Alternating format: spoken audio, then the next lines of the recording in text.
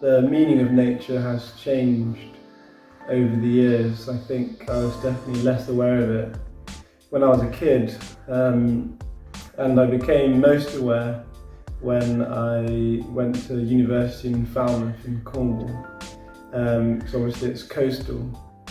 So for me then, nature was about jumping in the sea, swimming, paddleboarding, surfing, coast steering, and like tombstoning, I think they call it, you know, and you do a bit of cliff diving as well.